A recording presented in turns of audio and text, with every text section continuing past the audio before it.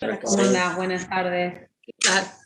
Tenía conectada con un micrófono la computadora, por lo tanto estaba como activada un parlante. Bueno, chicos, ¿cómo les va? Bueno, hola Ana, buenas tardes. Hola, ¿qué tal? Buenas tardes. Buenas tardes. Bueno, vos más o menos le estuviste comentando, Ana, que íbamos a hablar hoy. No te pude escuchar antes. No, estaba esperando que se conecte, que seamos más o menos unos 40, 40 y pico ahí para arrancar la clase. Bárbaro. Porque eran justo y 39 para darles un tiempito a que se conecten y ahora yo te voy a hacer hospedadora a vos, María Laura. Igual me voy a quedar en línea por cualquier cosa, pero te voy a hacer hospedadora por cualquier problema. De todas maneras, los alumnos van ingresando al Zoom sin necesidad de que vos le des entrada, así que con eso no hay problema. Bárbaro.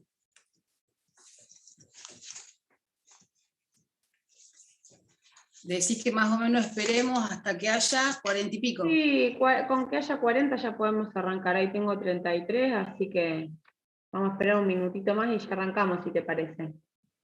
Sí, no hay problema. Yo mientras no tenga ningún inconveniente con la computadora. Yo te escucho bien ahí. ¿Se escucha? Sí. Perfecto. Bárbaro. Bueno, bárbaro.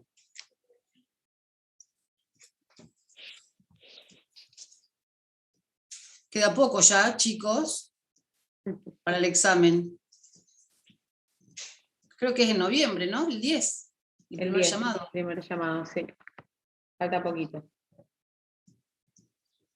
Una consulta. Sí, Maximiliano. Yo estuve viendo y creo que rinde el mismo día que filosofía. 2012. No sé si...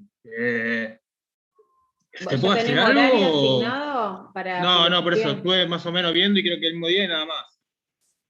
Sí, no hay problema con eso. En todo caso, si vos ya tenés la confirmación que rendís ese mismo día filosofía, mandá un mensaje al campus, a cualquiera de los docentes, así está, digamos, queda formalmente tu situación explicada. Así en todo caso, si rendís ese mismo 10 y dividimos la mesa en dos, te ponemos para el día siguiente. No hay problema con eso. Dale, gracias.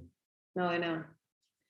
Bueno, chicos, vamos a ir arrancando, ya somos 40 para no demorar más con el inicio de la clase de hoy. Hoy vamos a arrancar con el tema de la unidad 12, ordenamientos especiales o estatutos particulares. La clase va a estar a cargo de la doctora María Laura Guaya, que ya la conocen. Así que yo, María Laura, te paso el carácter de hospedadora. Y bueno, me voy a quedar en la clase, voy a tener la cámara apagada, pero estoy acá, cualquier cosita. Así que los dejo en compañía de la doctora. Bueno chicos, ya los saludé, los nuevos también bienvenidos. Hoy vamos a hablar de dos estatutos que son importantes y, digamos, tienen un régimen totalmente distinto a lo que ustedes ya venían viendo respecto de la ley de contrato de trabajo. Es el que regula la industria de la construcción y el servicio doméstico. Todo lo que tenga que ver con la ley de contrato de trabajo acá tiene modificaciones, tiene un reglamento específico. ¿Por qué? Porque el legislador aquí apuntó a que una determinada actividad, como en este caso es la construcción, que tiene ciertas particularidades totalmente distintas a una relación que está regulada por la ley de contrato de trabajo, esto se ajuste a la modalidad de la prestación.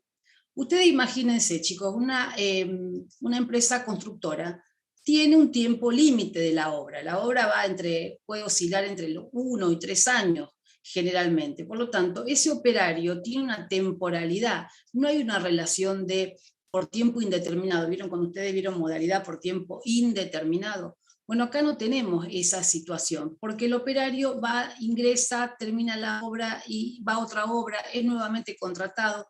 Inclusive eso se llama que es temporario. A veces puede ser hasta cíclico. ¿Por qué?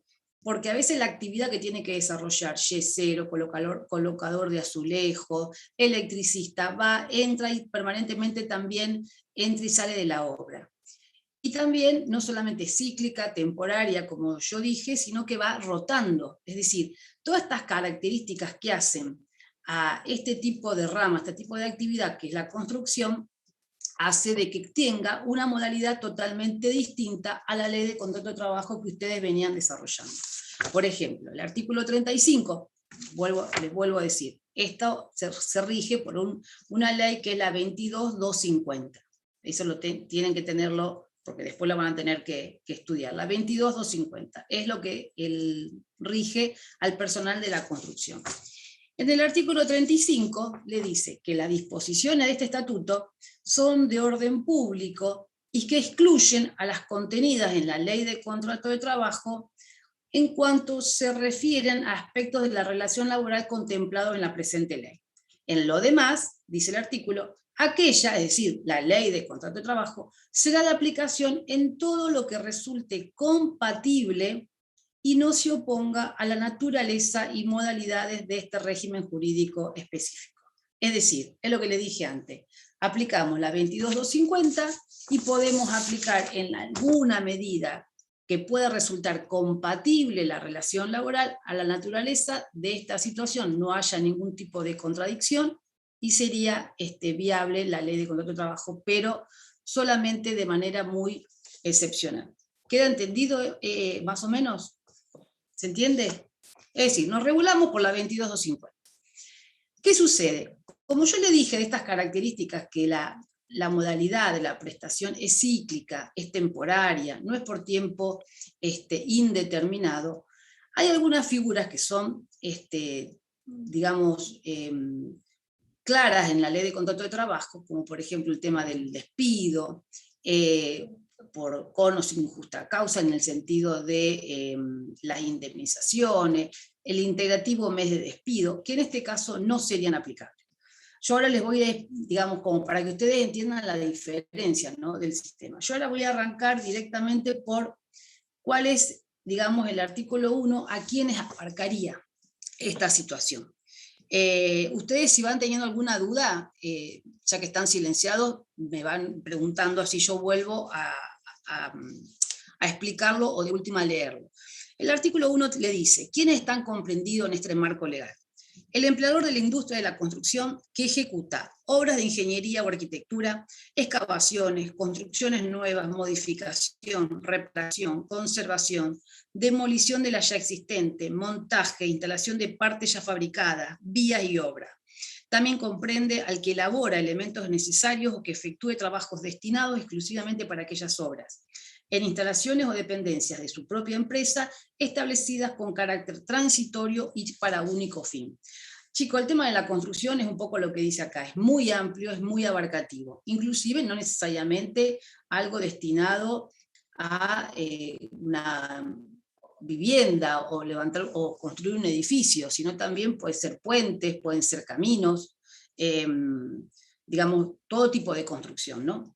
Ese sería el inciso A. El inciso B habla, el empleador de las industrias o las actividades que son complementarias o coadyuvantes a la construcción propiamente dicha, únicamente con relación al personal que se contrate en forma exclusiva para ejecutar trabajos en esas obras y lugares a que refiere el artículo anterior.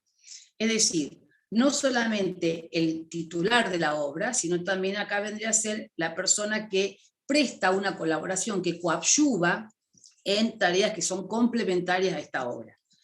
Y por último, también está abarcado por este estatuto el trabajador dependiente, que tiene que ver con estos dos empresarios que dijimos antes de la construcción. No solamente el principal, porque acá tenemos que entender que muchas veces en la construcción se delega ciertas actividades, se delega a terceras empresas o terceras personas, que pueden ser lo que se llama comúnmente el comitente, es decir, el dueño de la obra, la actividad principal de la empresa constructora, y después el comitente a quien se le delegan ciertas actividades de la construcción y que coadyuva en esa obra final.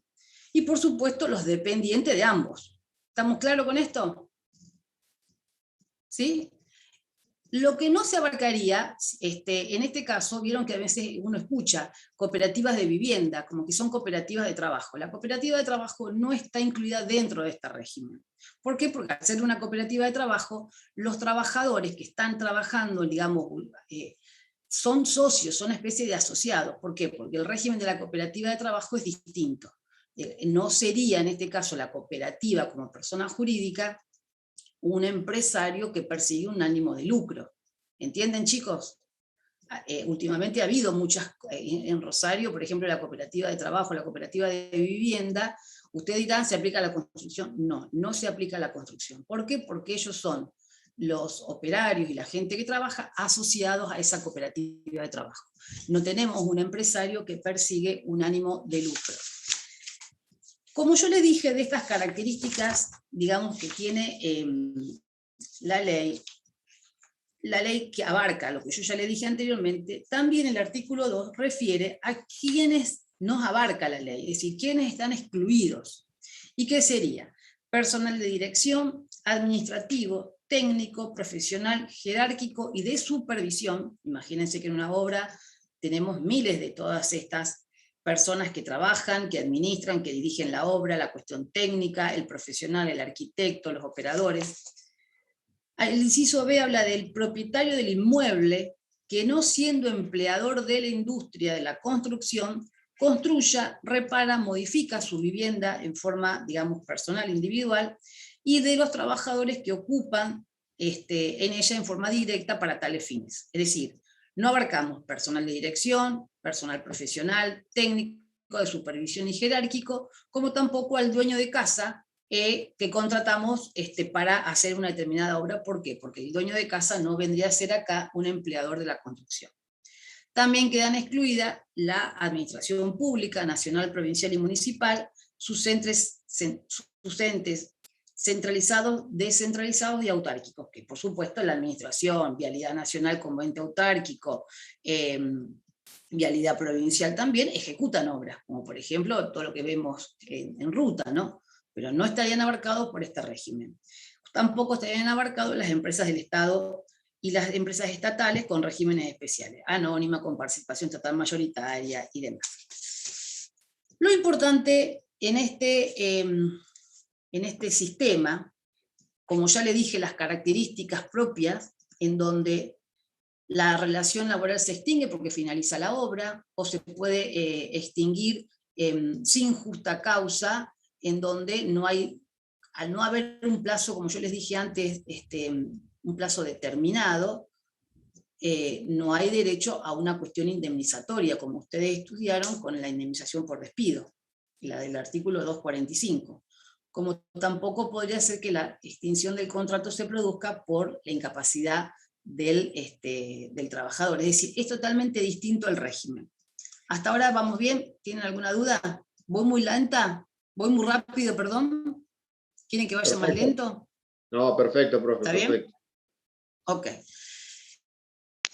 Profe, una pregunta. Todo este sistema. Sí. ¿Podría repetir los artículos otra vez que dijo? ¿Dónde están comprendidos todos estos puntos que dijo usted? El artículo 2, perdóname. El 1 y el 2. El 1 y el 2. Y ahora les voy a hablar del artículo 3, que el artículo 3 habla de este órgano de aplicación, la autoridad de aplicación para todo este sistema de los empleados de la construcción, que se llama Registro Nacional de la Industria de la Construcción. Es lo que vulgarmente llamamos y decimos me cuesta a veces pronunciarlo, me cuesta pronunciarlo porque es como una sigla, el RIEC.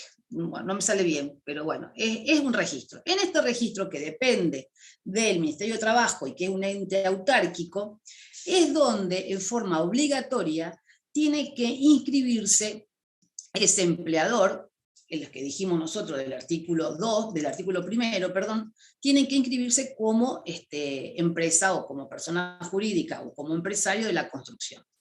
Pero no solamente tienen que inscribirse él cuando empieza el inicio de sus actividades, sino también tienen que inscribir al trabajador cuando, digamos, he tomado el operario para una determinada obra.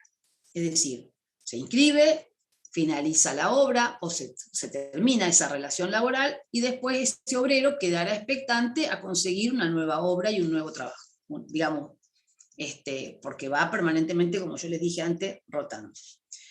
El empleador tiene una obligación de inscribirse dentro de los 15 días hábiles, como les dije recién, de iniciada la actividad.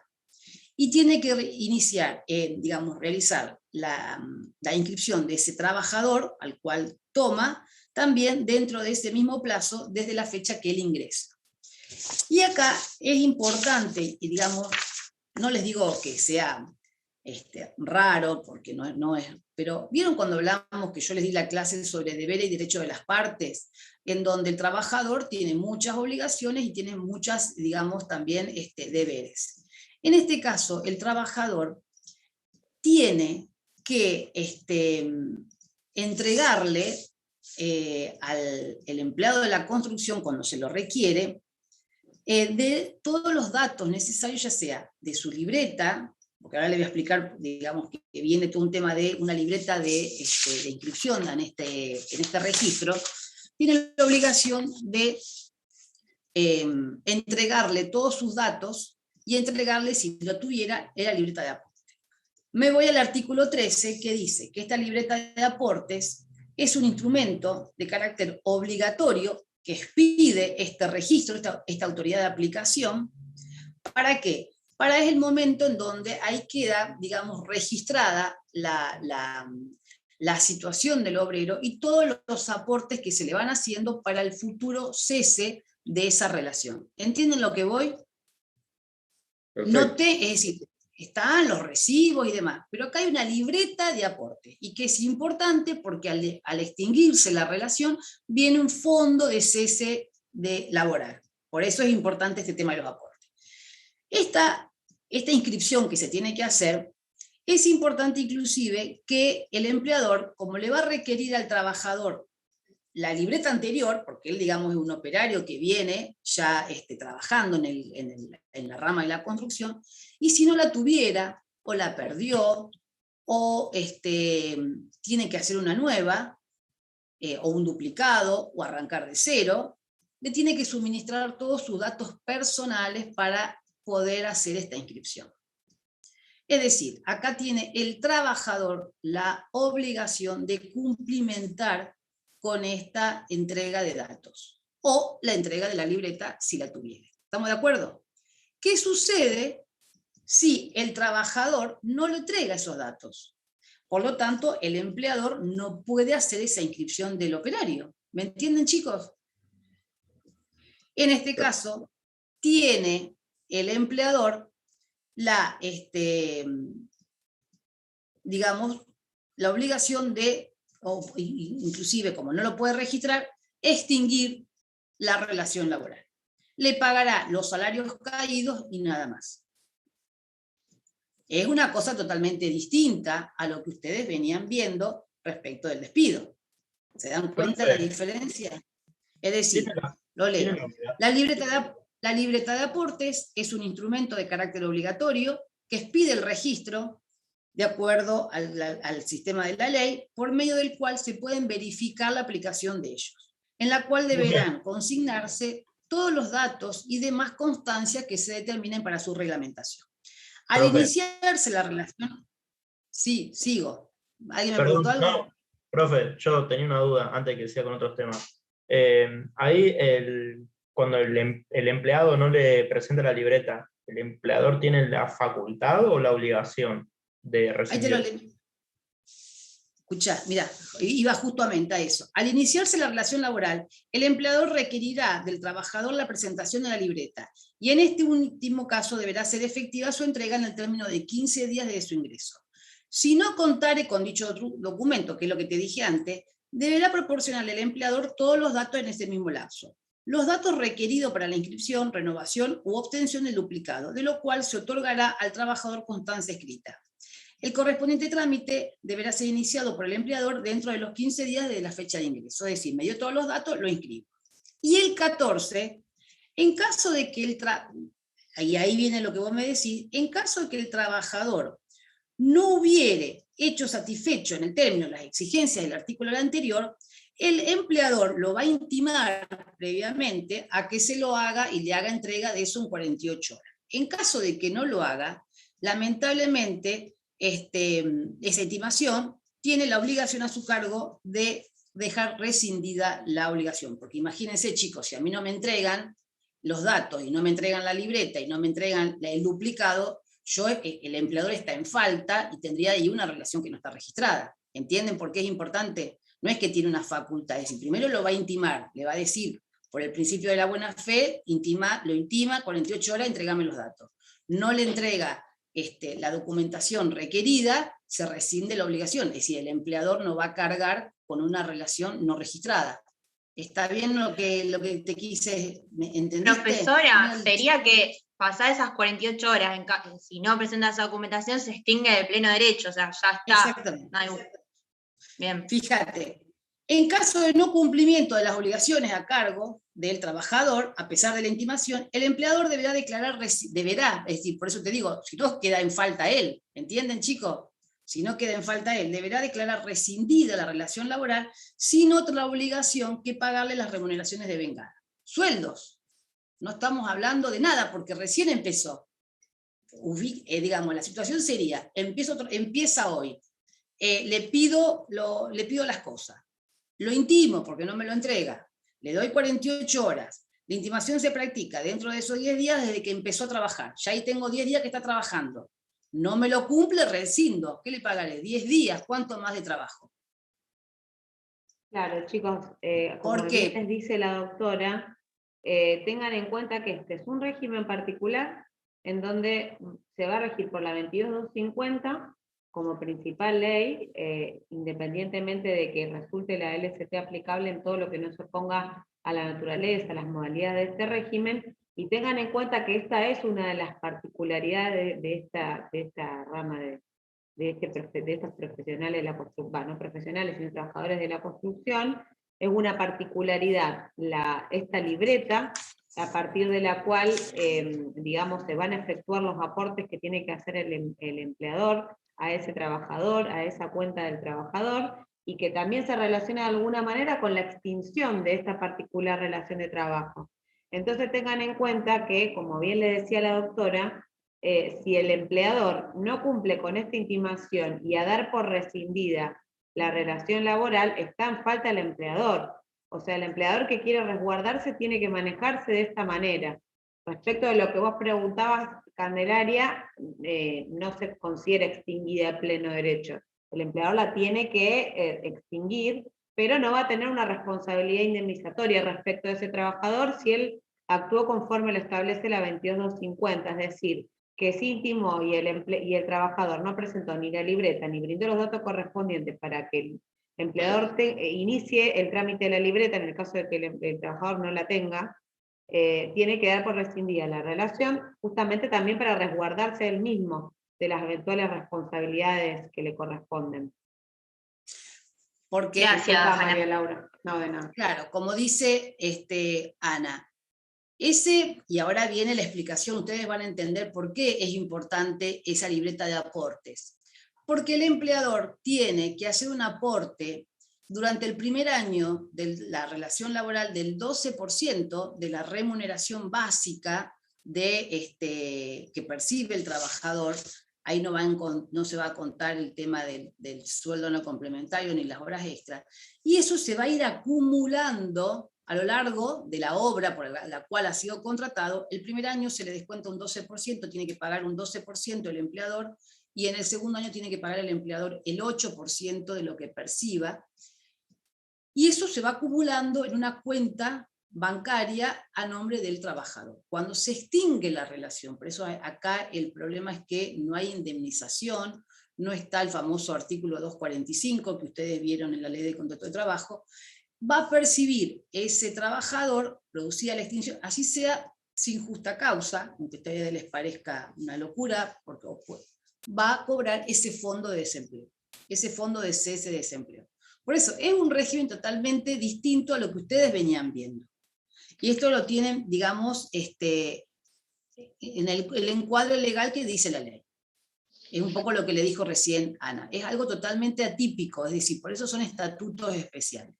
Ese fondo que yo les dije que se va a ir integrando con ese aporte que se va haciendo, es lo que va a percibirse, dice el Fondo del Cese Laboral, que rige para el trabajador de la industria de la construcción, el artículo 15 estoy leyendo, se integra con ese aporte obligatorio a cargo del empleador que deberá realizarlo mensualmente desde el comienzo de la relación laboral. Por lo tanto, vuelvo a lo anterior, si no me da los datos, si no tengo la libreta de aporte, el empleador está totalmente en falta. ¿Y dónde va a ser ese aporte? Es imposible, estaría como una relación no registrada, y eso vendría después a provocar toda una serie de, digamos, de situaciones ante el incumplimiento. ¿Me entienden, chicos? ¿Por qué es importante que el trabajador tenga la obligación de brindarle esos datos? Y por eso esa extinción de pleno derecho.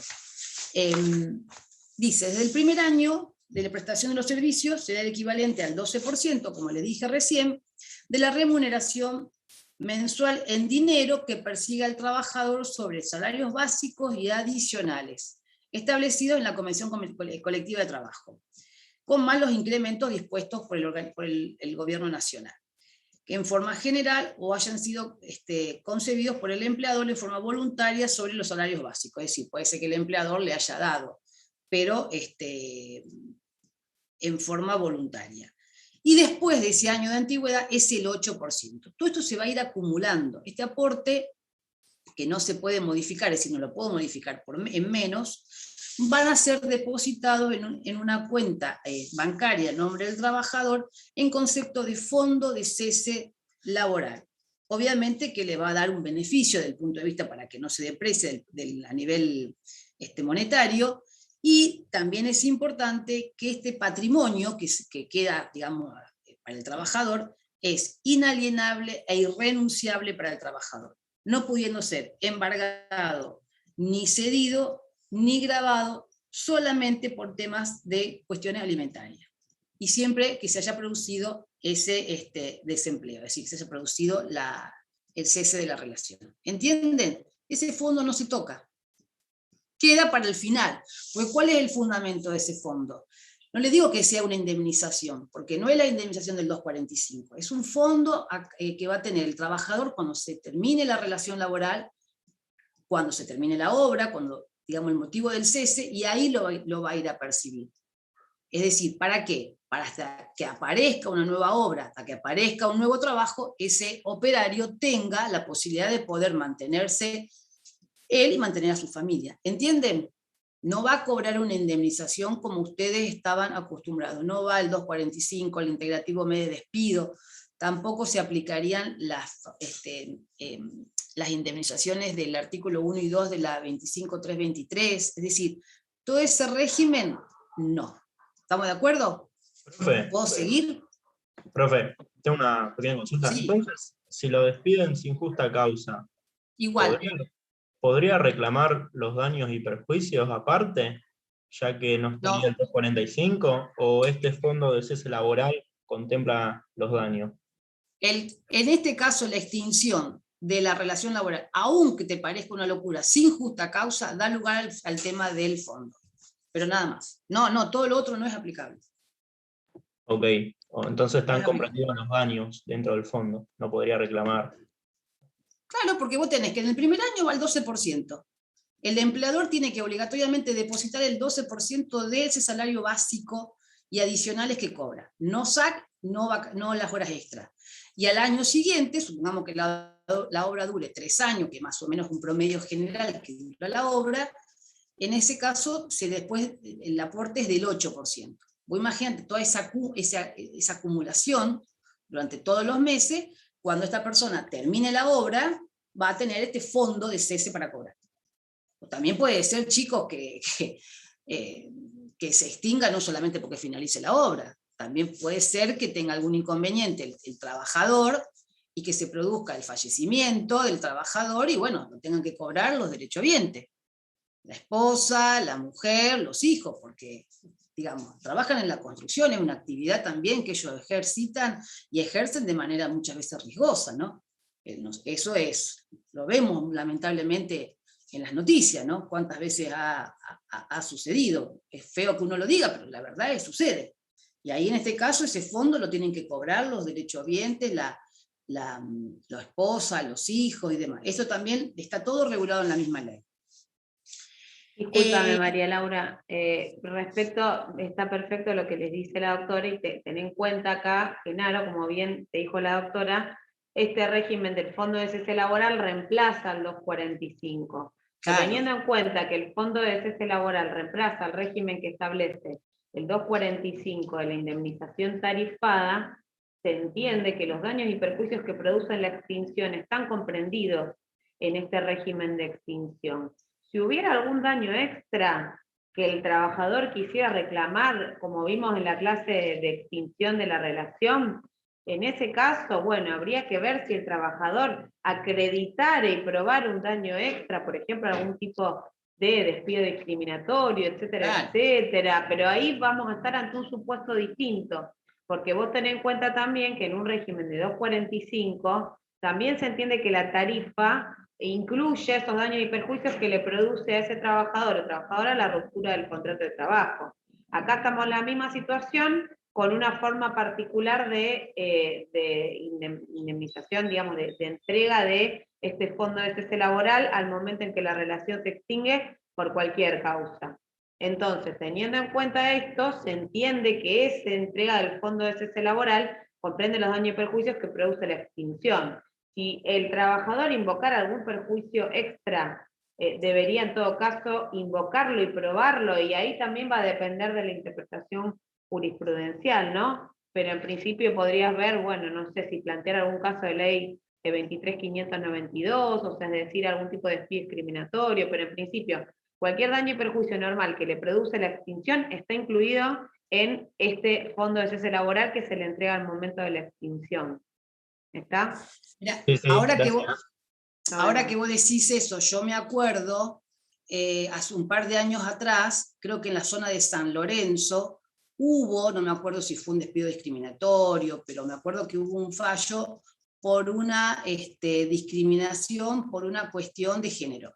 No sé si se acordarán, era un empleado de la construcción y que había sido, digamos, se había visto afectado por una cuestión de género. No sé si se acuerdan.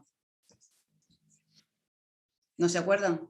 Bueno, salió en los diarios, me acuerdo que fue bastante, digamos, publicitado. Ahí podría ser. Lo que pasa es que cuando él pidió y me decía el tema de daño y perjuicio, yo lo relacionaba por la cuestión civil, lo relacionaba por una cuestión, como vos decías, de algún despido discriminatorio o alguna cuestión que tenga que ver con el género, con la nacionalidad. Yo no lo entendí como una cuestión del despido de daño y perjuicio por la extinción del vínculo. Vieron que el 245, como dijo bien Ana, es abarcativo de todo. Pero sí, eso es una cuestión de que tendrá que probar el daño, tendrá que... Por supuesto, chicos, que todo esto estoy hablando del régimen de la cuestión laboral, no cual no quita que atrás venga todo lo que sea el tema de riesgo del trabajo, ¿no? Ese tema, por supuesto, que está totalmente, digamos, amparado por la ley de riesgo. Entonces, todos los daños y perjuicios que pueda venir después por incapacidades y demás, eso estará cubierto por las aseguradoras de riesgo del trabajo, independientemente de cualquier otro planteo que quiera hacer el trabajador. Sigo con el fondo. Profesora, perdón, justamente le iba a preguntar, disculpe, buenas tardes. Buenas Justamente tardes. le iba a preguntar con respecto a la ley de riesgo de trabajo en caso de accidente. Claro. Bueno, yo tengo a mi esposo que trabaja en la construcción. En el caso de accidente, ¿se regiría por la ley de riesgo de trabajo? Claro, sí, eso viene después, pero pues sí, por supuesto. Acá estamos con el régimen. Sí, eso ni hablar, chicos, es un poco lo que les dije antes. Una cosa es, yo les hablé, la persona que tiene una incapacidad o que lamentablemente se produce la muerte del trabajador, tendrá que cobrar la cuestión de la indemnización por todo esto con la RT, lo cual no significa que el derecho habiente, los hijos menores y demás, cobren este fondo de desempleo. A lo mejor no quedó claro. Una cosa es el fondo de desempleo, de lo que yo le estaba hablando, el fondo del cese, que a veces la extinción no necesariamente es por la terminación de la obra. Entonces yo lamentablemente salí con la situación de que puede suceder la muerte del trabajador. De ahí también tenés el tema del riesgo, por supuesto. Y si no tuvieras, bueno, ahí entra a jugar pero no, si tengo el fondo de desempleo, tengo RT, chicos. Si no tengo nada y está en negro, es una relación no registrada y ahí va a ser lamentablemente siempre responsable en forma directa el trabajador y ahí sí entrarán a jugar todo lo otro. Pero eso lo voy a explicar después.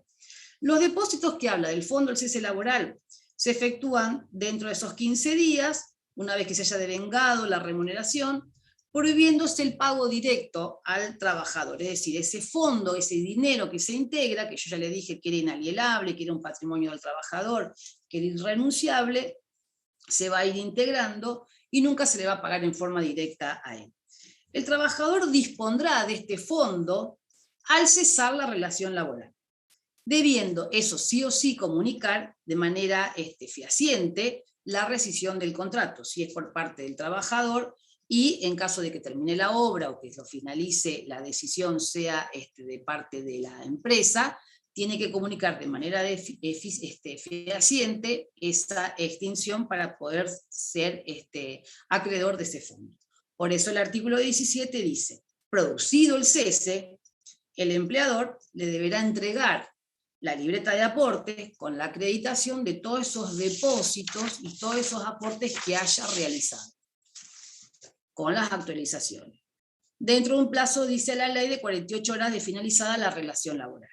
Únicamente en caso de cese se abonará en forma directa el aporte que corresponde a la remuneración por la cantidad de días trabajados durante un lapso respecto del cual no se haya vencido el depósito. ¿Qué quiere decir, chicos? Si yo entré a trabajar y dentro del mes la relación cesó y no llegó a hacer el depósito en la libreta, ahí sí, cesada la relación y no habiéndose hecho el depósito, se le podrá pagar en forma directa al trabajador. ¿Entienden? Perfecto. Todo esto es un fondo de cese de la relación laboral. No estamos hablando de remuneración. ¿Entienden? Es decir, el sueldo lo va a cobrar por el canal que corresponde, con el tema de su recibo de sueldo, su depósito y demás. Esto es un depósito que es, como bien le explicó Ana, va al final de la relación, es como una especie de indemnización. Lo que pasa es que muchas veces los autores no usan la palabra indemnización para que, cuando hablan de la naturaleza jurídica de este fondo, para el tema de, hay leyes en donde no serían procedentes, como le dije antes, la 25.323. Y le dice, el artículo 17, en caso de fallecimiento, concurso del empleador, los sucesores, por el fallecimiento del empleador, el síndico, en caso de quiebra, o el liquidador, deberán proceder a la entrega de este instrumento o, en su defecto, el pago de los aportes del fondo del cese laboral, que no hayan sido depositados, en forma dentro del plazo de los 30 días hábiles contados desde que se produce el cese de la relación laboral. Salvo circunstancias del caso, la autoridad administrativa o judicial puede otorgar un plazo mayor, el cual no podrá exceder de 90 días hábiles. Imagínense, en el caso de un fallecimiento, el caso de una quiebra, no es tan fácil dentro de los 30 días, por todo el trámite que demanda, a lo mejor cumplir con esos 30 días, pero sí se le puede otorgar un plazo mayor que sí no puede exceder de los 90. Hasta ahora estamos bien, ¿no tienen ninguna duda? Sí, profe, yo le quería hacer una pregunta, perdón, quizá es medio exagerada, pero digamos, ¿cuánto tiempo tiene el trabajador para ir a cobrar ese fondo? Porque si no sé cuánto tiempo después va a permanecer abierta esa cuenta, porque teóricamente el empleador abre una cuenta donde va depositando esos fondos y cuando se extingue la relación el trabajador tendría que ir a quitarlo, pero ¿qué pasa si no va? ¿Cuánto tiempo? Si hay alguna prescripción o... Sí, lo tenés previsto en la ley, porque es decir, está el trabajador, tiene este plazo que se le puede otorgar de 30 y no más de 90 días. En caso de que el trabajador fallezca, van a ir los derechohabientes a cobrarlo. Sí. Y en caso de que no haya, va un fondo, después te lo explica la ley, va un fondo de escuela técnica. Ah, perfecto. Pero en cuanto... Es decir, vos imagínate que ese fondo no se pierde. Yo doy clase en un colegio técnico y, decís, bueno, mirá, va un fondo. Yo no creo que nadie un colegio técnico haya cobrado un fondo que venga, como tenemos las sucesiones vacantes, viste que las sucesiones vacantes va al fondo del Ministerio de Educación. Yo en mi juzgado, como yo soy de un juzgado pleno, civil, comercial y laboral, hemos tenido herencias vacantes, en donde los fondos de esa herencia, soja, a veces hasta propiedades, se ha tenido que vender cereal, va al Ministerio de Educación. Yo me gustaría preguntarle al director de la escuela técnica donde doy clases si alguna vez recibieron este fondo, pero esto viene más adelante. Pero bueno, es ese plazo que tenés ahí. Yo no me refería, perdón doctora, no me refería en caso de fallecimiento, sino que esté a disposición ese dinero y que el trabajador no lo retire. ¿Cuánto tiempo tendría o lo puede dejar depositado en esa cuenta? No, porque la cuenta también pero se cerraría. Imagínate que la naturaleza o el fin, el objetivo del fondo es que esta persona viva y no Claro. tiene más sueldo. Claro. Lo que pasa es que Sí, después medio viene, raro. después viene, ¿qué sucede? Vos lo dijiste bien, que esté el dinero, Claro, exacto. pero a veces no está el dinero, Claro, o está claro. el dinero en forma parcial, o no está directamente el depósito, porque Claro. es muy fácil, no depositan, o depositan Claro. en forma parcial esos aportes. Eso también lo tenés previsto en la ley, que son Perfecto. ahí, vienen unos incumplimientos que la ley, digamos, hace responsable al empleador. Pero en el caso del trabajador, no, lo tenés a nombre tuyo. Claro, vos, disculpa María Laura, ten en La cuenta cuenta, bancaria no Erika, es tuya. esto que te decía la doctora, vos tenés el empleador lo tiene que intimar al trabajador que no se presenta a que efectivamente se presente a retirar la libreta con las constancias de aportes. Si no lo hace dentro de los 5 días hábiles, el empleador, o sea, pasados los 5 días hábiles, lo puede entregar, lo tiene que entregar al Registro Nacional de la Industria de la Construcción. Una vez que lo entrega, dentro de los 24 meses de la intimación, si el trabajador o su derechohabiente, en el caso de que hubiese sucedido la muerte, no se presentan a retirar la libreta con las constancias de aportes, ahí sucede lo que te decía la doctora, de que ese fondo de desempleo, de ese fondo de cese, pasa a integrar el patrimonio del Consejo de Educación Técnica. O sea que el plazo por el que vos te estabas preguntando sería ese, sería el régimen del artículo 20. ¿Qué pasa cuando no va el empleador o cuando no va el trabajador, perdón, o los derechohabientes, si es que falleció? Te dice el 20, producida el cese de la relación laboral, si el trabajador no retira la libreta de aportes, el empleador lo intimará por telegrama a su domicilio, bajo el procedimiento de los 5 días, procederá a entregarla al Registro Nacional de la Industria. Vencido el plazo de esos 24 meses, como dijo Ana, desde la fecha de la intimación señalada, si no se hubiese presentado el trabajador ningún derechohabiente o beneficiario, este fondo de desempleo pasa a integrar el patrimonio del Consejo Nacional de Educación Técnica. Un poco lo que te decía yo. Yo no creo que haya sucedido, por eso te digo, me parece raro, pero bueno. Gracias, profe, muy amable. El caso, ya te digo, de las herencias vacantes nos ha sucedido. El artículo 21 dice que, bueno, todo lo que tenga que ver con ausencias, el tema de cuestiones de enfermedades y demás, no sé si, digamos, yo no sé cómo estoy con el tiempo, estoy bastante bien, ¿no es cierto? Me queda el otro. Pero me gustaría hablarle de qué pasa con las sanciones y el tema de solidaridad. ¿Puede ser? ¿Te parece, Ana, que entre con el tema del incumplimiento? Sí, venís bien de tiempo, así que tranquilo. ¿Vengo bien? Sí, sí. Bueno, el tema de las enfermedades inculpables, cuando haya algún tipo de accidente, va a percibir el trabajador ese salario básico más los adicionales que le correspondan según su categoría y según la convención colectiva con todos los incrementos. Inclusive esto es, digamos, todo es muy similar. Durante los días laborables por un periodo de 3 meses, si la antigüedad es menor a 5 y hasta 6, si fuera mayor, se puede otorgar esta licencia por una cuestión durante los días laborables, digamos que tiene que ver con las enfermedades inculpables, ¿no? Como tiene el artículo 208. El trabajador, salvo caso de fuerza mayor, obviamente tiene que dar aviso de la enfermedad o el accidente en el transcurso de la primera jornada, en caso, salvo que estuviera imposibilitado de hacerlo. Y mientras esto no lo haga, es decir, si no comunica, perderá el derecho a recibir la remuneración correspondiente, salvo la existencia de una enfermedad o un accidente, teniendo en consideración el carácter y la gravedad que resulte, obviamente, acreditada, chicos. Esto está igual que en la ley de contrato de trabajo. Si yo estoy accidentado, lo comunico, y si yo, lamentablemente, en el accidente, en el siniestro, el trabajador no está en condiciones, lo tendrá que comunicar otro, o bien la propia empresa comunicará el accidente a la RT. No va a perder por esto en la remuneración del trabajador. Profesora, el trabajador, por supuesto, está obligado... Perdón, sí. Una preguntita. Ahí estoy leyendo, yo estoy con la ley acá, y habla de 3 meses según la antigüedad, si fuese menor a 5 años, igual que la LCT, la Ley de Contrato de Trabajo. Y hasta Ahora, 6 meses si fuera mayor. Claro, no correría como en la Ley de Contrato de Trabajo cuando con carga de familia, eso no, entonces.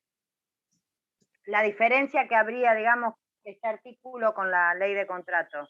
Esto, acá, como te dije al principio, se aplica esto, orden público es esta ley. Ah, perfecto. Y después fíjate que te dice que la enfermedad crónica no será considerada esta enfermedad salvo que manifieste dentro de los 2 años, que en ese sentido es igual. Bien. Y después lo que te dice es que el trabajador está obligado a someterse a los controles que el facultativo de su designado por el empleador le suministre. Es decir, chicos, esto también es muy común y también lo ven ustedes, lo van a ver cuando vean el tema del riesgo del trabajo, y también lo vimos con el tema de los deberes y derechos. ¿Se acuerdan que el control médico respecto, imagínense, acá es muy común los accidentes. Los gremios en la rama de la construcción, el accidente, las quemaduras, las caídas, las escoriaciones, digamos, es muy común. ¿Por qué? Por la actividad, ¿no? Una actividad riesgosa muchas veces, y porque se manipulan, bueno, imagínense todo el material, electricidad y demás. El tema de las ausencias, me parece que esto ya creo que es fácil como para que no requiere demasiada explicación. Es decir, no es que no requiere explicación, sino me parece que lo que me interesa hablarles es el tema de la mora, que lo dice el artículo 30. Bueno, el artículo 30 le dice: en caso de que el empleador incurra en mora en la obligación de depositar mensualmente ese aporte, la suma adeudada en ese concepto será objeto de un incremento de acuerdo al índice de variación. Es decir, no de paga ese aporte, tendrá que venir después la indemnización. Para el caso de que el depósito y el pago se realicen en el mismo mes que deba efectuarse, pero vencido ese plazo legal para concretarlo, la actualización se hará sobre la base de variación en ese último mes respecto del anterior precedente. Estas son cuestiones más que nada que tienen que ver con la no depreciación del salario, ¿no? Del aporte, ¿no?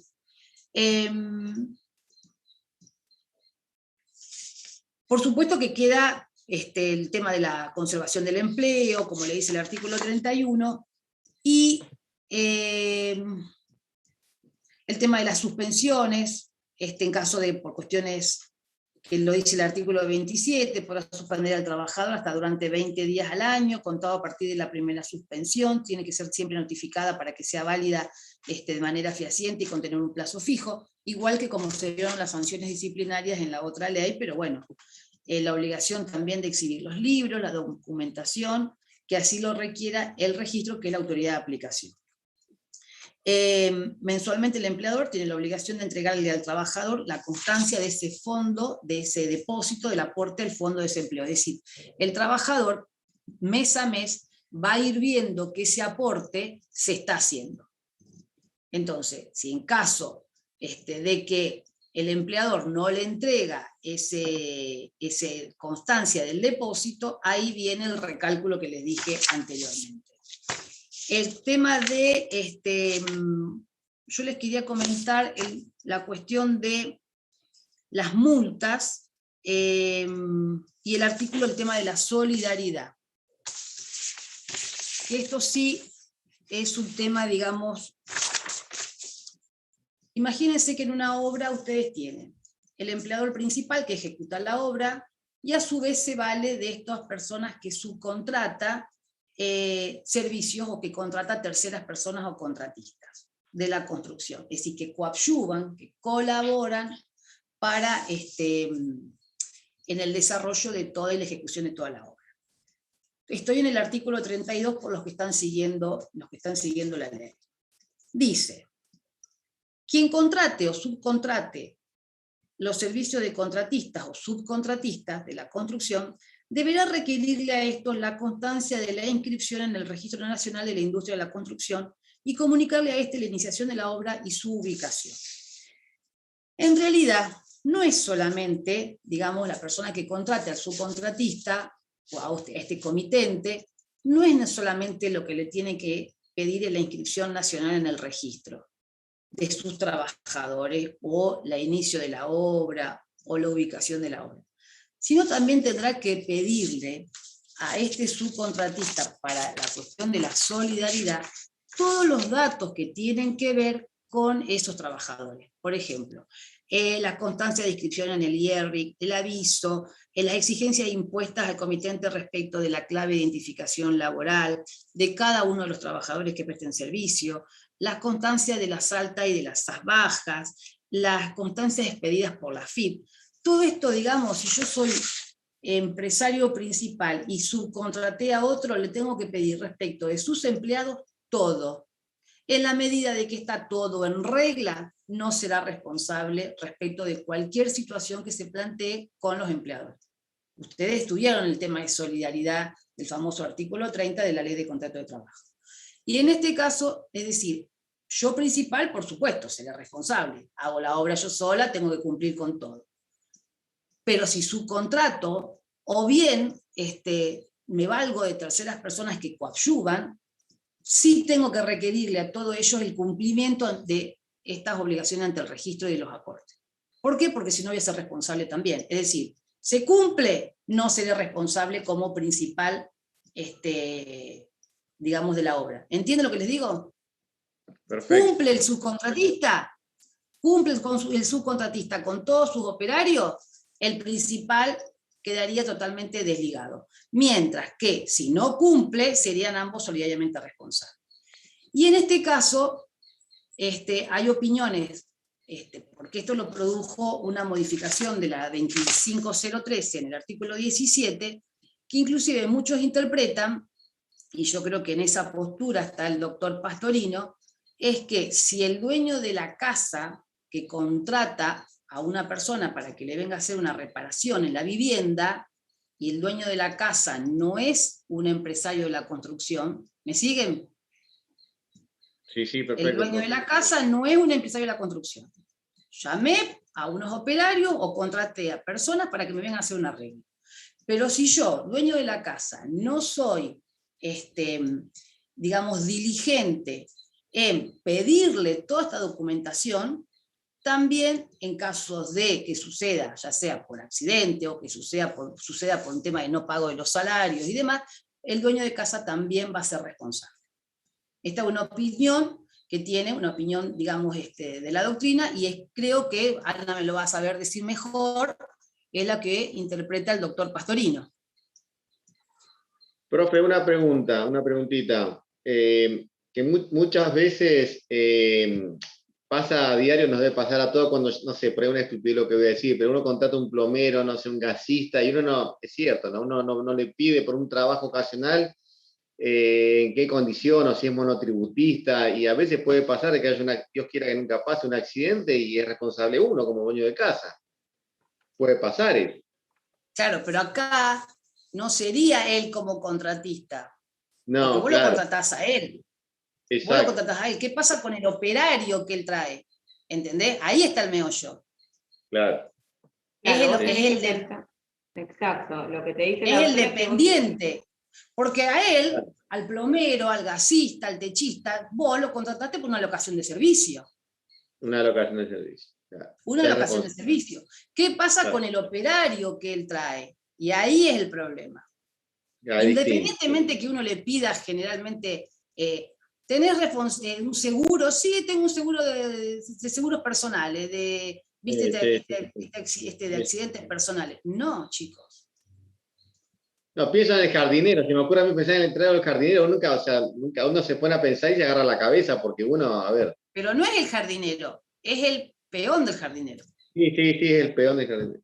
Sí. No sé, obviamente que el jardinero. Yo les voy a contar un caso muy particular que me tocó a mí. No sé si Ana querés agregar algo, o estoy diciendo... No, simplemente que no, lo que está perfecto. Lo que le quería contestar a Cristian es que en el caso, Cristian, de que vos contrates directamente a una persona para que repare algo de tu vivienda, está contemplada en la exclusión del artículo 2, inciso B de la ley. Es decir, vos empleaste directamente a un trabajador para que haga una reparación en tu vivienda. Acá, como te menciona la doctora, hay un caso de subcontratación. Lo que la doctrina discrepa y donde se generan opiniones divergentes es que para una parte de la doctrina, que en realidad es la opinión, si se quiere, mayoritaria, faltó agregarle al 32 de la 22250 que se trate de un empresario que sea su actividad habitual la industria de la construcción. O sea que para parte de la doctrina, aún subcontratando el propietario de la obra, que no es empresario de la construcción, queda fuera de la solidaridad del 32. Y Claro. para parte de la doctrina, en donde podríamos encuadrar la opinión del doctor Pastorino, aún siendo una persona particular que no hace de la construcción su actividad habitual, si contrata a una persona y no le exige los requisitos que surgen del artículo 32 a ese contratista o subcontratista, estaría simplemente por esa omisión, digamos, incluido dentro de la solidaridad, o sea, respondería solidariamente a tenor del 32. Pero no el caso en que yo empleo directamente un trabajador para mi vivienda, porque ahí estaría configurado el supuesto las exclusiones del artículo 2 de la 22250. Que dice, el propietario del inmueble que no siendo empleador de la construcción, construya, repara o modifique su vivienda individual. Y los trabajadores ocupados directamente para él a su efecto. Está, como dijo Ana, está excluido. Pero yo tuve un caso, que ustedes saben muy bien, que a veces no todo es tal cual como uno lo puede llegar a plantear acá. Les quiero contar un caso que tuve en mi juzgado y que la sala del doctor Pastorino fue sala de la Cámara fue a esa sala, en donde era una persona que trabajaba como albañil haciendo un cordón cuneta en una empresa. La empresa se dedicaba a hacer alimento de mascota. Por lo tanto, como dijo Ana, la actividad de la empresa no era la actividad de la construcción, era otra actividad, elaboración de productos cárnicos en este caso. Y se contrata a una persona que sería el que viene a coadyuvar el comitente, que trae a sus operarios. Esta empresa no fue diligente en ver que estos operarios estuvieran inscriptos. Por supuesto, en este caso, la opinión de la sala, porque ahí fue el doctor Angelides, consideró un poco lo que hablábamos con Ana.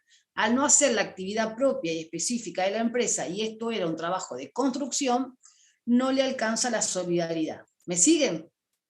Perfecto. Pero, ¿qué sucedió? Este operario tuvo un accidente. Y como no estaba registrado y no tenía todos estos aportes que yo le expliqué, el fondo de desempleo, y no tenía ley de riesgo de trabajo, y no había nada, tuvo una cuestión, por la actividad riesgosa que desarrolló con la CAL, pierde un porcentaje importante de la vista. Y en ese caso, a través de la reparación civil, la Cámara consideró que era responsable por esa incapacidad parcial, permanente y definitiva que tuvo el operario. Es decir, porque él que dijo, ahí quiero contarle un poco el meollo, él que dijo que era el operario de Mastranza, de la empresa, pero no logró acreditar, como no estaba registrada la relación, no logró acreditar que fuera operario de Mastranza, porque la empresa se dedicaba a hacer productos cárnicos, como le dije, y él estaba haciendo un cordón cuneta en la planta, y él no demandó a quien lo había contratado, que era el famoso tercero coadyuvante o comitente. ¿Por qué no lo demanda, chicos? Porque hay una realidad económica, social. Ese peón de la construcción que esta persona le da trabajo permanentemente, no demanda al quien le da trabajo permanentemente. Eso es una realidad que hay que, a veces, porque no es que demandó a uno y demandó a los otros. Obviamente que el coadyuvante aparece en el juicio porque lo trae la demandada, ¿no? Pero en realidad él no acreditó las tareas, la solidaridad, como dijo bien Ana, no le va por una cuestión de la relación laboral, pero sí por una reparación civil, por la cuestión de la incapacidad producto del accidente que él dijo que le sucedió, que le entró cal en la vista, pierde el ojo. Y ahí va como solidariamente responsable por la actividad riesgosa. A lo mejor se las embarré un poquito, pero quiero para que ustedes entiendan los distintos tipos de ángulo que es la relación laboral. No necesariamente es la cuestión del empleo. También es la cuestión, digamos, del accidente. ¿Me entienden, chicos? ¿O quedó demasiado mezclado? En este caso que menciona la doctora, acá el voto del doctor Angelides, que era el primer voto en este acuerdo, analizó, como el accidente se produjo con una máquina de hormigón, la responsabilidad a tenor del dueño guardián de la cosa, que era la hormigonera, a tenor del 1113, el viejo 1113 del Código Civil.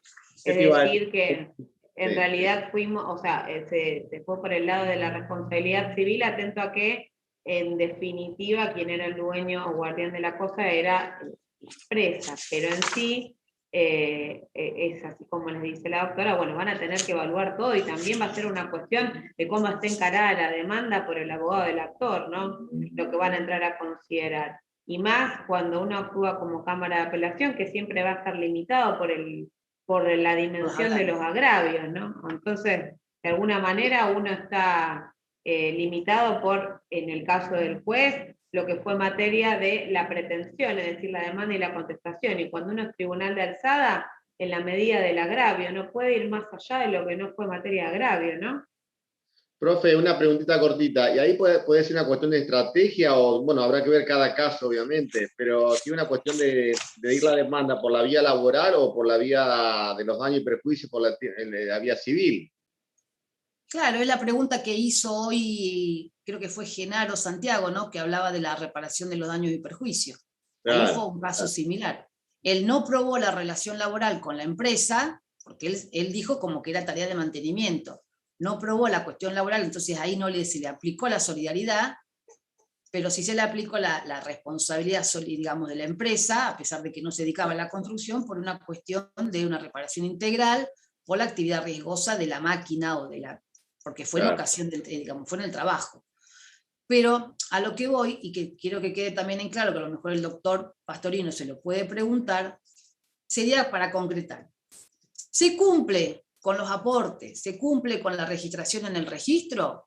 El principal de la empresa no sería responsable. ¿Por qué? Porque de los operarios que tuviera el tercero coadyuvante o el comitente, es responsable porque lo tiene debidamente inscrito. El tercero, el comitente, no inscribe y digamos, el operario, digamos, el principal, no es diligente en verificar, digamos, todo ese cumplimiento de la normativa, es responsable solidario. Y el doctor considera que también sería responsable, en este caso, el dueño de casa, como te dije antes, respecto de el que yo traigo a mi casa, del operario, el que traigo a mi casa a trabajar. ¿Por qué? Porque no fui, digamos, lo suficientemente precavido en requerirle toda la documentación. Si está inscrito, si le pago los aportes, si está debidamente el recibo de sueldo, si lo tengo inscrito en la AFIP, si tengo las altas en el AFIP y demás. Y ahí serían responsables. Pero eso es una opinión, como dijo Ana, doctrinaria de algunos, no de todos. El doctor Pastorino considera que es responsable. ¿Estamos de acuerdo? El artículo... Sí. A mí me queda una duda, en realidad, o sea, me confunde el hecho de que el principal, entonces, cuando tiene que ver con el rubro de la construcción o no, en ese caso, o sea, ¿cómo corre la solidaridad? Bueno, no vos tenés tiene el principal. No, perdón. Te escucho. Sí. No, te escucho. No, en el caso, o sea, de que el principal está contratando a un tercero, no tiene que ver con el rubro de la construcción, en ese caso, o sea, la responsabilidad no aplica.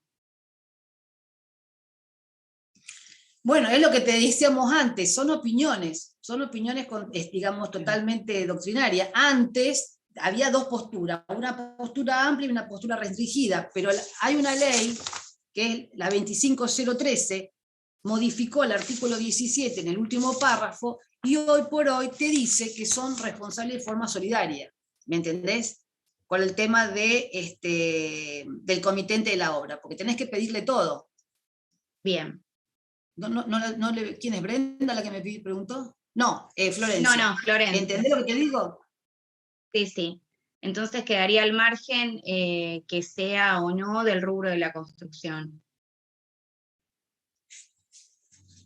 El tema es así. Estamos en una obra en construcción. Se aplica este régimen. Vos tenés el principal que trae al tercero o al coadyuvante. Yo principal soy responsable por todo mi personal.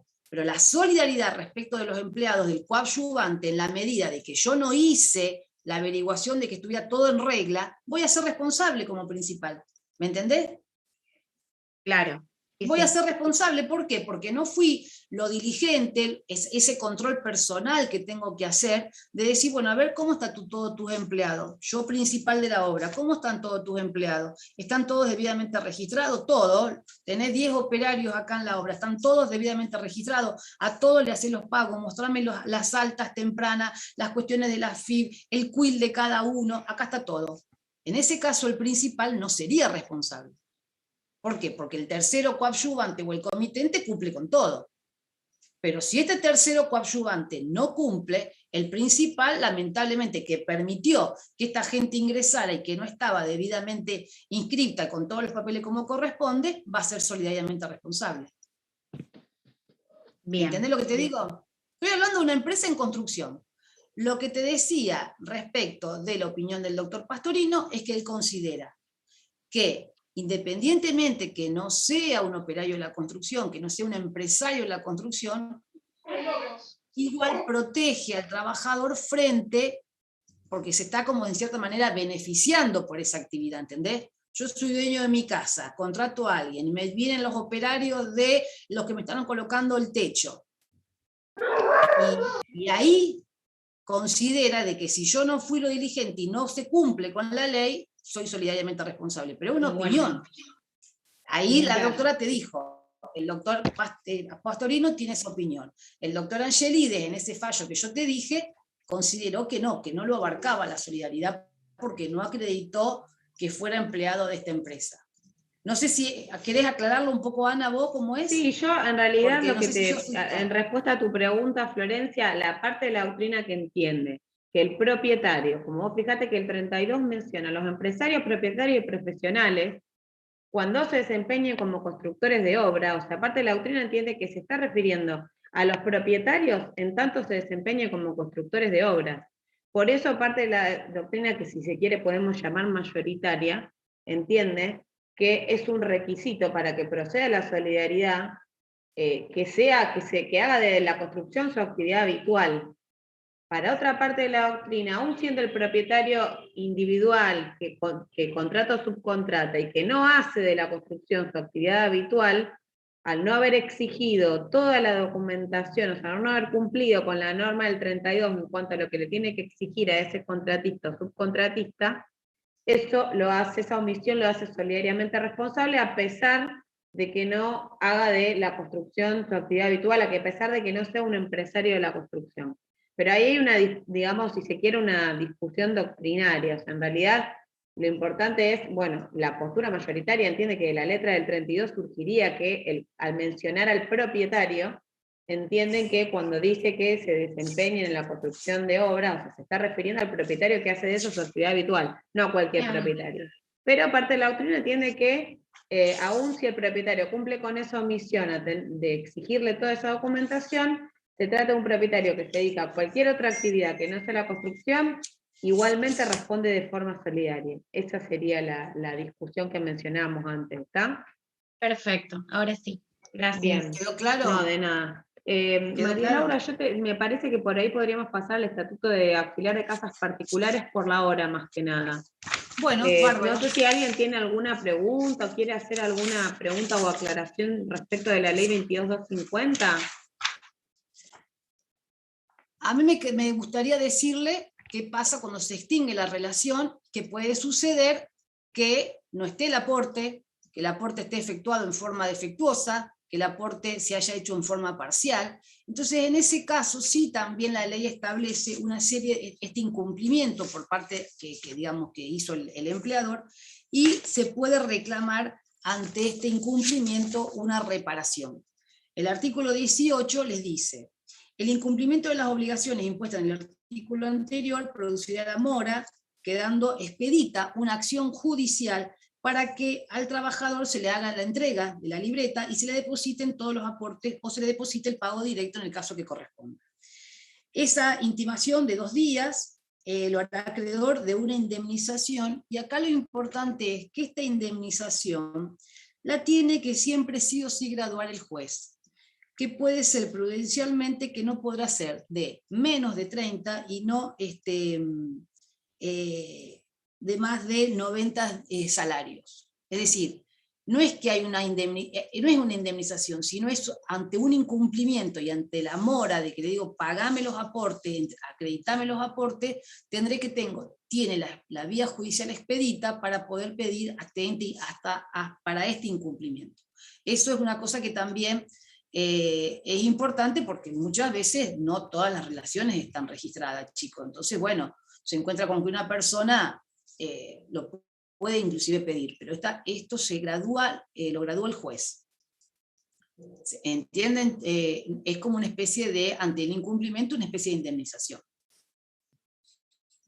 ¿Entienden eso, chicos, o no? Sí, perfecto, profe. Es por la omisión de no haberlo inscrito, digamos, o lo inscribió y no le pagó, o no le hizo los aportes. El tema... ¿Alguna duda? ¿Puedo seguir? ¿Está bien, Ana, te parece? ¿O querés aclarar algo? No, está perfecto, María Laura. O sea, tengan en cuenta acá que... tema de este tengan en cuenta esto de que, bueno, de que también por las pautas, teniendo en cuenta ya lo vamos a ver cuando veamos la clase de procesal, podría llegar a encuadrar en un caso de procedimiento declarativo con trámite abreviado si se diera... y acompañara toda la documentación del 122 y siguientes del CPL, el trabajador, ¿no? Ya lo vamos a ver, no los quiero confundir, pero sí lo van a ver cuando vean el tema de procedimiento abreviado con el doctor Pastorino. Eso.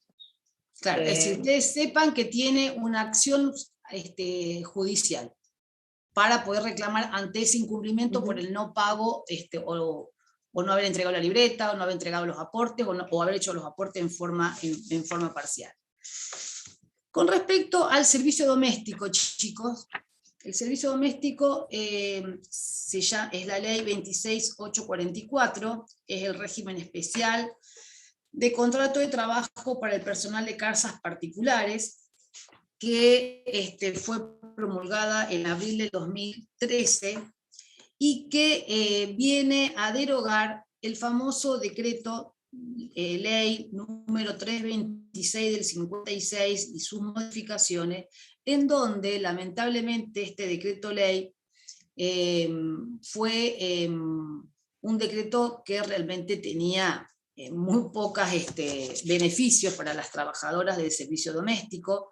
Realmente había muchas cosas donde la forma de probar, cuando digamos una situación no registrada, se le hacía muy difícil a la trabajadora poder acreditar esas tareas, porque ustedes saben muy bien que el servicio doméstico se efectúa dentro de la casa, y lamentablemente este decreto no tenía ciertas presunciones legales como tiene la ley de contrato de trabajo, que no resultaba aplicable. Vieron que el artículo 23, el hecho de que yo acredite la prestación de los servicios, se presume la existencia del contrato de trabajo.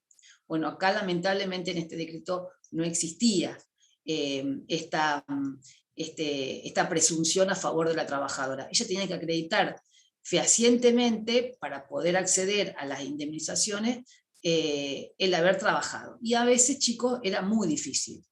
¿Por qué? Porque los testigos, sí, yo la veía trabajar, pasaba por la bicicleta y la veía que entraba.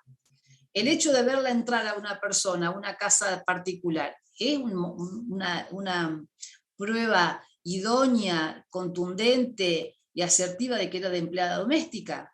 Y a mí me ha sucedido muchas veces que consideré que había servicio doméstico y la Cámara me ha dicho que el solo hecho de verla barrer la vereda no era prueba suficiente de acreditar la relación de servicio doméstico.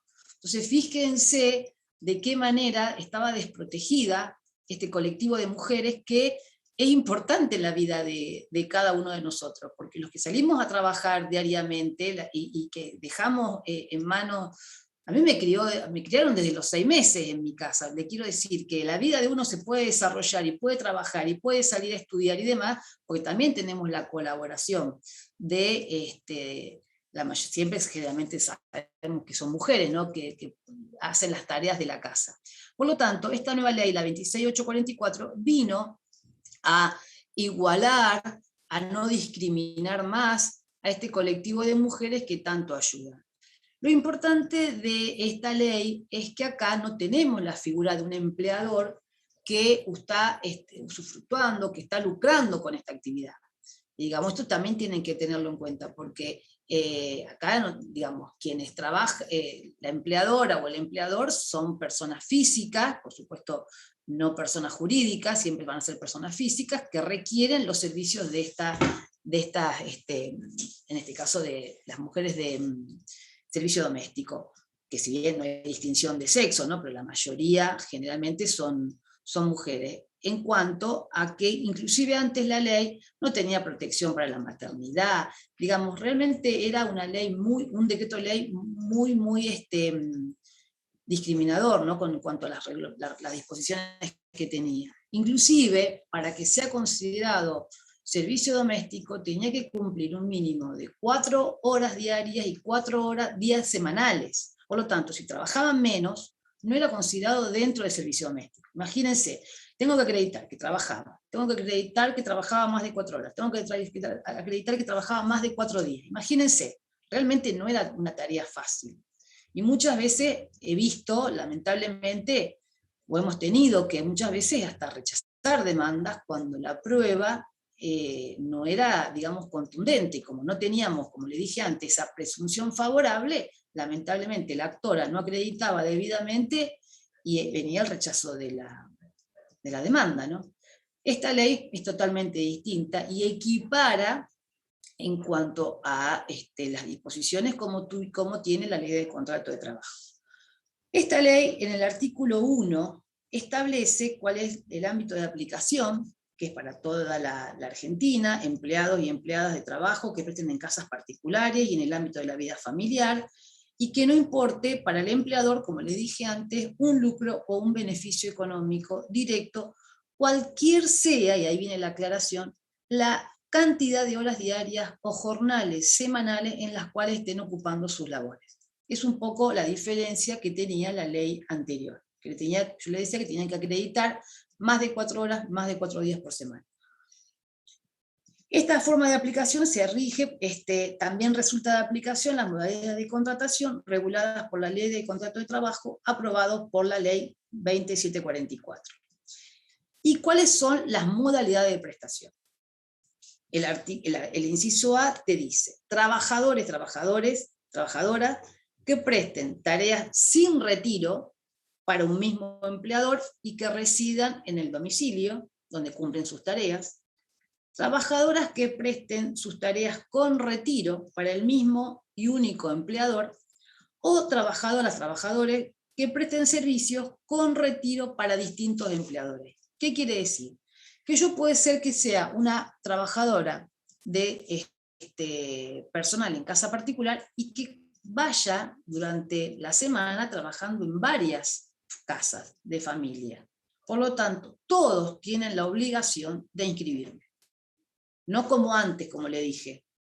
Antes no. La mayoría que hacían por la demandada, digamos, trataban de no acreditar, digamos, que era difícil el tema de los 4 horas y 4 días por semana.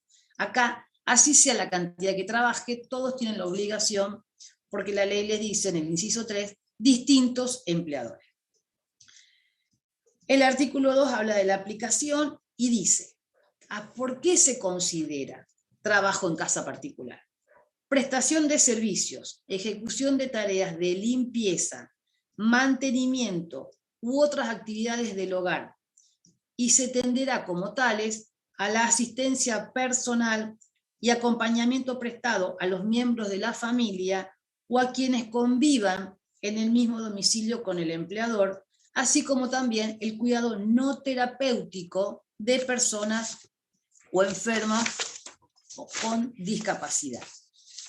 Acá era anteriormente el famoso cuidado de enfermos, el cuidado de gente mayor, el cuidado de ancianos. Antes no se incluía dentro del servicio doméstico y era una relación que era de una locación de servicio dentro del derecho civil, no era dentro del derecho laboral. Por lo tanto, acá la ley aclara específicamente acompañamiento prestados a miembros de la familia o quienes convivan en el mismo domicilio del empleador así como el cuidado no terapéutico de personas enfermas o discapacidad. ¿Por qué? Porque de esta manera se estarían abarcando a la famosa dama de compañía, el cuidado de ancianos, como yo le dije antes, que no estaba como servicio doméstico. ¿Me siguen? ¿Estamos bien? Sí, ¿Con profe. orden? Ok. Todo bien. Y el artículo 2 dice a quienes excluye.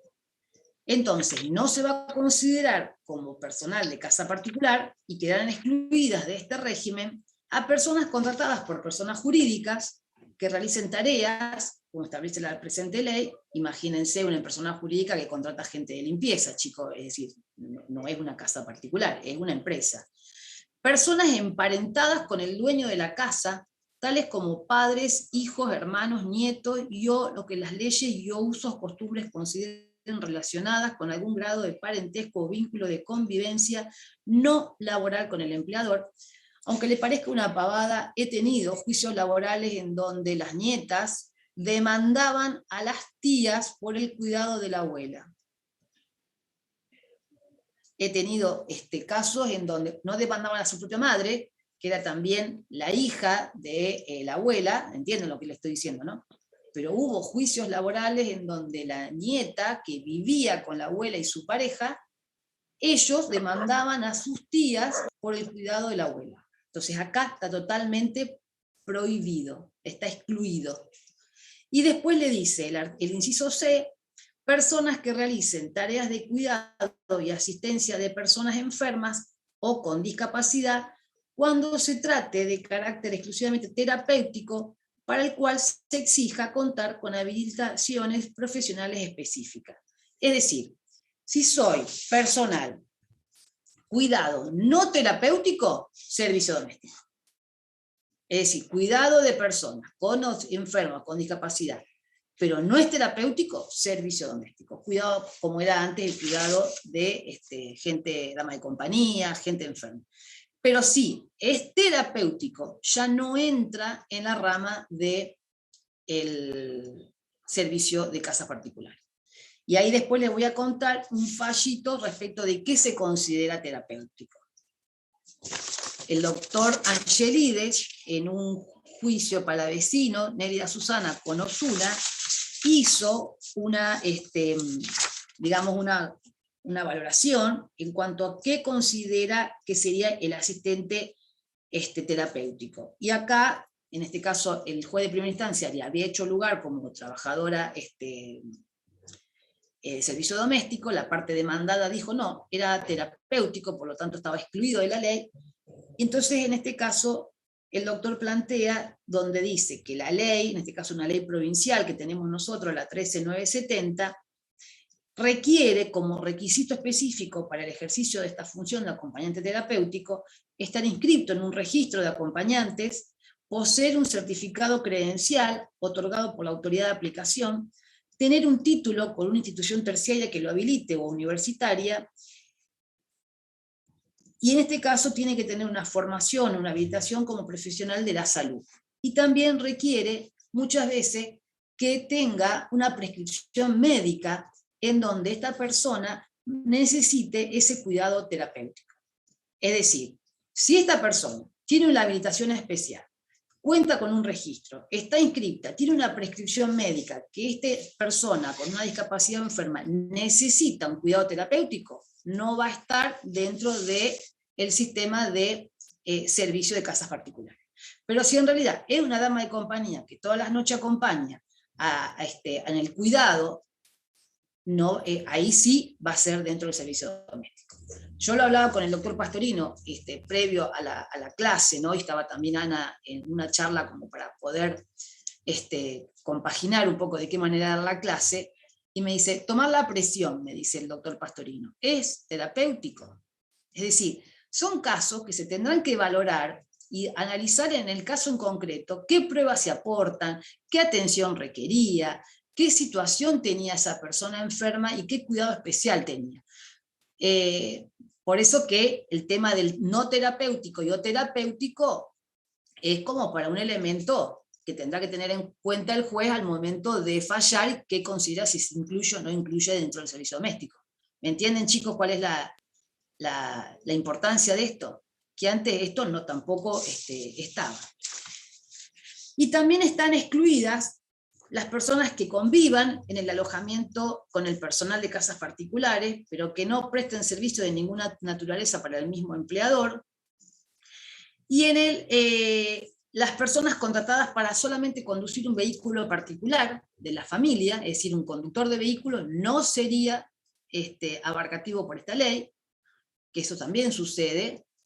Y lo importante de esto es el artículo, el inciso F, que dice: las personas que deban realizar tareas de índole doméstica y que a su vez presten servicios ajenos a la casa particular u hogar familiar con una periodicidad en actividades o empresas de su empleador, supuesto en el cual se presume la existencia de una única relación laboral ajena a este régimen legal. Es decir, chicos, yo tengo la empleada que viene a trabajar a mi casa, limpia mi casa, pero yo después la llevo a limpiar la roticería o a limpiar el salón comercial que yo tengo y con el cual tengo otra actividad. En este caso, según el inciso F, te está diciendo que no sería servicio doméstico. ¿Entienden? Está bien claro en la ley, no sería servicio doméstico. Yo también tuve un caso muy particular, que era una empleada de servicio doméstico, que en la casa había un consultorio médico. ¿Y qué es lo que dicen? ¿Y qué es lo que acreditaba la trabajadora? Que atendía el teléfono, que abría la puerta del consultorio. Yo en este caso consideré que el encuadre era servicio doméstico, y que esas actividades que realizaba, como abrir una puerta, levantar un teléfono y decir si el doctor estaba atendiendo o no estaba atendiendo, consideré que no era, digamos, abarcativo de la cuestión de la sanidad. La Cámara resolvió que sí, que por este inciso F, el haber hecho alguna otra actividad ayudando era de la sanidad. Por ejemplo, se los cuento pero es el caso muy específico. ¿Entienden cómo sería? Es decir, no son todos los casos igual. Profesora, una preguntita. En los incisos que habla que las personas contratadas únicamente para conducir vehículos de familia, de vehículos particulares de la familia, y después el ejemplo que usted dio del caso de la casa y el local, por ejemplo. ¿Por qué medios se regirían? ¿Por qué normativa?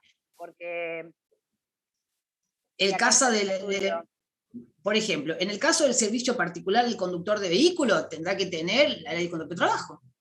Va a ser un empleado, pero no va a estar regido por servicio doméstico. Bien. O que tenga, no sé, pero para mí sería eso, salvo que tenga algún convenio específico. Pero en este caso sería, acá te dice vehículos particulares. Y en el caso que yo te dije acá, según la actividad, supongamos que yo lo lleve, como te dije antes, a limpiar la roticería. Entrará en el convenio colectivo que sea de la rama que le corresponda. Bien. Tengo una clínica, y en la clínica, como te dije antes, por eso te aclaré lo de la sanidad, tengo una clínica y la llevo a limpiar la clínica, donde yo soy médica y a su vez trabaja en mi casa. Ahí en ese caso, si somos lo mismo, porque como no está, yo les dije que no puede ser por persona jurídica, ojo también, no puedes, es casa particular. Bien. Casa particular, pero supongamos que tenga una empresa en la cual soy unipersonal. No tengo una sociedad anónima, no somos una empresa, digamos, pero en realidad le estoy dando una roticería, una lavandería, un comercio, chicos, será empleada de comercio, dentro de la categoría que corresponda a la limpieza. A eso quiero que se refieren. Y el tema del chofer será la categoría, para mí, del empleado como chofer, pero no como servicio doméstico. Bien.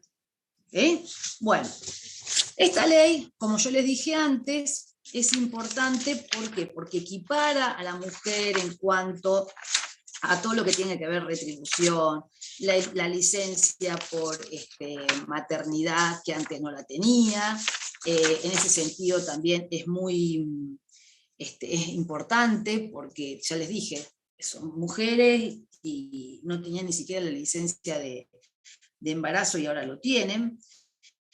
Y hay una exclusión particular que se sustituye el artículo 2 cuando les dice, como les dije yo antes, al personal de casas particulares, sin perjuicio de las disposiciones de la ley, le van a resultar de aplicación y en la medida de que sean compatibles y no se opongan a la naturaleza y o modalidades propias del régimen específico que establece la ley de contrato de trabajo. En cuanto le dije, bueno, lo de los cuidados de enfermos, otra cosa que es importante es que lo dice el artículo 2, que estas empleadas de casas particulares van a tener, están incluidas dentro de todos los beneficios de asignaciones por embarazo, protección, asignación universal por hijo, todo lo que tenga que ver con la seguridad social, la asignación por maternidad también, y nunca, y también, según lo que dice el inciso D, no será aplicable a este régimen las disposiciones de la 24013 y sus modificaciones, la 25323 y la 25345. Es decir, específicamente aclara que no se aplica la ley de 25323, la 25345 y la 24013.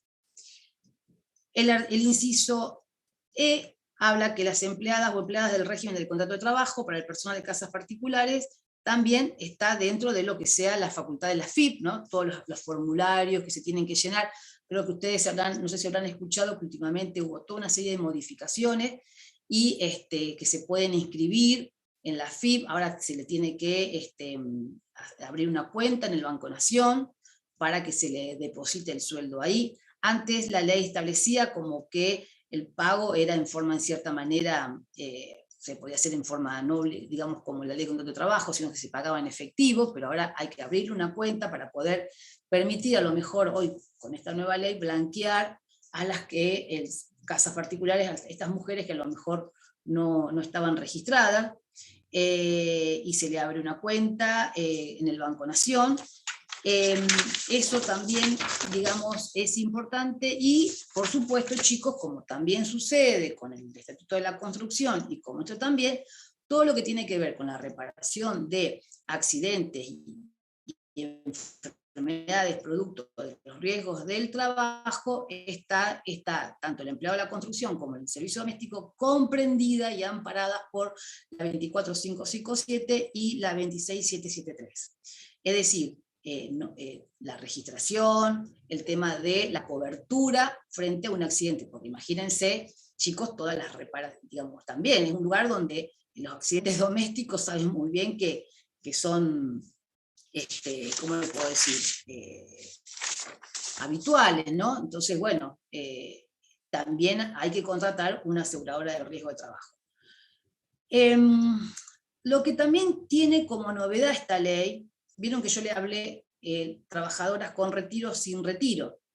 Acuérdense que si ustedes vieron el trabajo de menores, los menores pueden trabajar a partir de los 16 años.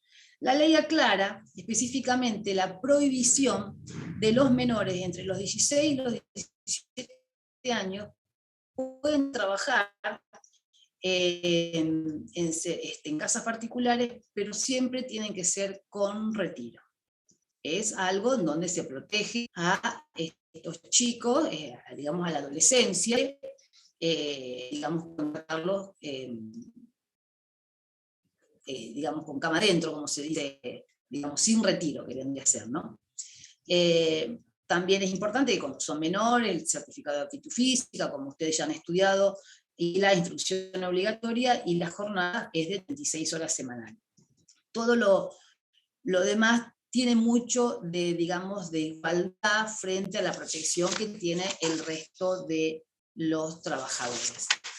No quiero a lo mejor darles tanto en cuanto lo otro, porque digamos, son cosas que ustedes van a ver, licencia, la presunción, sí, en este caso, no sé si los dije antes, ya ahora es distinto. Si yo tengo una trabajadora en casa particular y no la tengo registrada y y puedo acreditar la prestación de estos servicios, ya acá sí tengo esta presunción, como tengo en el artículo 23 de la Ley de Contrato de Trabajo, que ante la presunción de las prestaciones de las tareas, se presume la existencia del contrato de trabajo, que antes, como yo le dije, en el otro decreto no lo tenía. Entonces ahora cambió, digamos, la situación de esta trabajadora en casas de familia, en donde ya tengo esta protección, por lo menos esta presunción legal, que acreditada la prestación de las tareas, se presume la existencia del contrato de trabajo. Que antes yo les dije que era un tema de muy difícil prueba, porque todo esto pasa dentro de la casa, ¿no? Y barrer la vereda, lo tengo muy grabado a fuego, eso que me parece, era así, no era o verla hacer un mandado, o verla que entraba y salía. Dicen los testigos, pero yo pasaba y veía que entraba, y yo pasaba a las 5 de la tarde y la veía que salía. Lamentablemente eso, imagínense, ¿no? La situación de desprotección, de desigualdad y discriminación que hubo durante tantos años, ¿no? Porque esta ley, chicos, fíjense, una ley nueva, del 2013, digamos, y el decreto anterior del año 56, imagínense los años, ¿no? Y cómo son necesarias, ¿no? La ayuda en la casa de cada uno de nosotros. No sé si me faltó algo por decir, Ana. No, yo lo que quería agregar nada más, María Laura, es que tengan en cuenta, como nosotros por ahí en las preguntas de exámenes vamos a ir hacia lo distintivo de los regímenes, ya sea la construcción, como el estatuto de casas particulares, etcétera. Acá tengan en cuenta que van a tener el artículo 48 de la ley, que es el que establece un régimen indemnizatorio para el caso de despido, equivalente al del 245, es decir, establece la indemnización por despido sin causa, de una manera similar a la que la establece el 245, y el artículo 50 es el que prevé un agravamiento indemnizatorio por la ausencia o deficiente registración, que es fundamental porque establece que si al momento del despido la relación no está registrada o lo está de modo deficiente, la indemnización del artículo 48 se va a duplicar. Entonces, teniendo en cuenta este artículo y teniendo en cuenta lo que mencionó antes la doctora respecto del 72, inciso D de la ley, que establece expresamente que no se aplica al régimen de trabajadoras auxiliares de casas particulares, las leyes 24013, 25323 y la 25345, que es la que reforma el tercer párrafo del artículo 80, la doctrina también discrepa, porque parte de la doctrina, como por ejemplo Sapia y Pécora, entienden que se les debería aplicar para no dejarlas fuera del régimen sancionatorio, a pesar de lo que dice el artículo 72, inciso D, se les debería aplicar las disposiciones de la 24013 y de la 25323, pero la doctrina mayoritaria, teniendo en cuenta la exclusión expresa que hace la ley, y teniendo en cuenta que hay un artículo que prevé la ausencia o la deficiente registración, entiende que no se les aplica ni la 24013 ni la 25323 y que el agravamiento indemnizatorio es el del artículo 50 de la ley. ¿Por qué? Justamente porque, como dijo la doctora al principio, la ley 2744 se le va a aplicar en todo lo que no modifique en todo lo que no sea compatible con el régimen y la naturaleza de esta ley, se va a aplicar la 26844. Por eso que la postura mayoritaria es que estas leyes sancionatorias no se aplican para el caso de trabajadoras auxiliares de casas particulares. Pero sí tengan en cuenta esos dos artículos, el 48 y el 50, y esta discusión doctrinaria que les mencioné, porque al ser algo que diferencia a este régimen del régimen general de la LST, puede llegar a ser eventualmente una pregunta de examen.